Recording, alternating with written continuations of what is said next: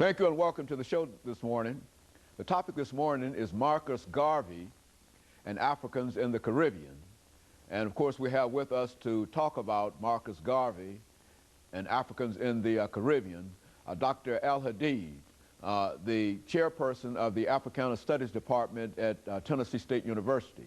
Of course, Dr. AAl-Hadid, let me welcome you to the show once again.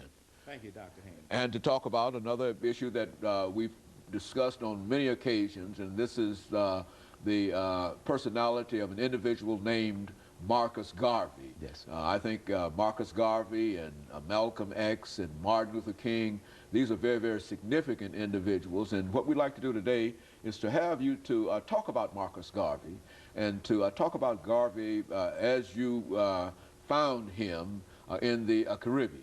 And to have you to deal with that as an issue. But before we get into Marcus Garvey and Africans in the Caribbean, Dr. AAl-Hadid, let's have you to give us some information about your background, your education, and some of the things that were important and eventually leading you to the chairperson of the Africana Studies Department at Tennessee State University, and then we'll talk about other things. Yes.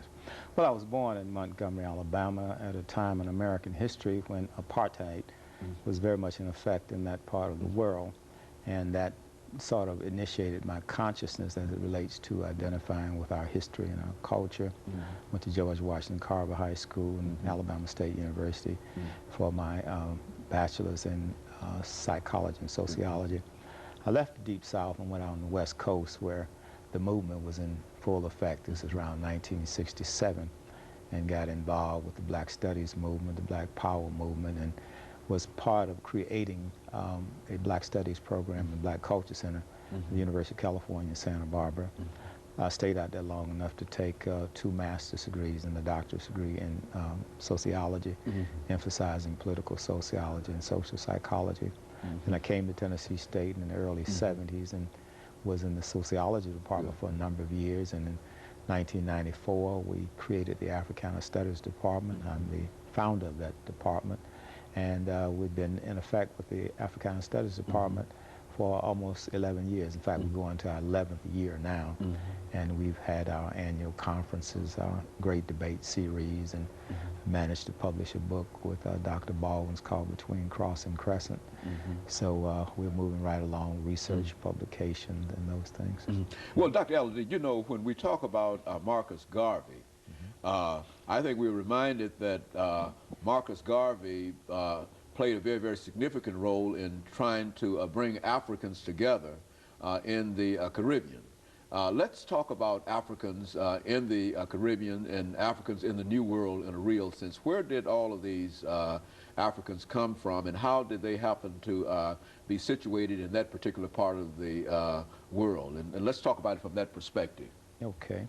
Well, you know, the European powers had colonies in this part of the world throughout the Caribbean, North America, South America, and these colonies were used to produce agricultural products such as sugarcane, rum, cotton, coffee, tea, and those things. So they imported African prisoners of war, and once they got them over here, they made them into slaves and put them in a situation not of indentured servitude, but chattel slavery.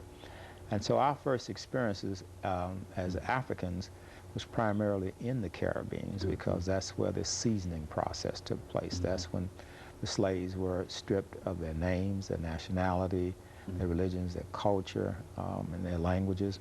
And then once they were put in this docile state, then many of them were brought to the mainland along the eastern seaboard and the 13 colonies here.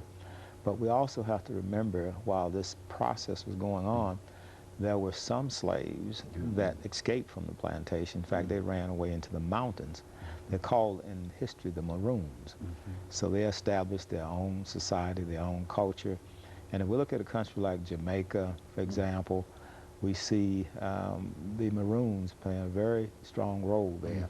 Out of that tradition came, say, the Rastafarians, came Marcus Garvey, and we saw the same thing in Haiti.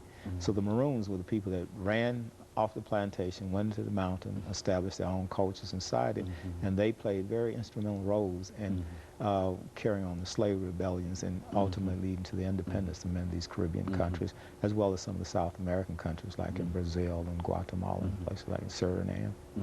You know, when we talk about the Africans in this particular section of the Americans, Dr. AAl-Hadid, we will have to sort of investigate what they were doing, not only at that particular time, but some of the activities that they were involved in individual countries. And when we come back during the second section, we'll have an opportunity to have you to go into some greater detail doing that. And of course, we'll be back with our audience following this very, very short commercial break.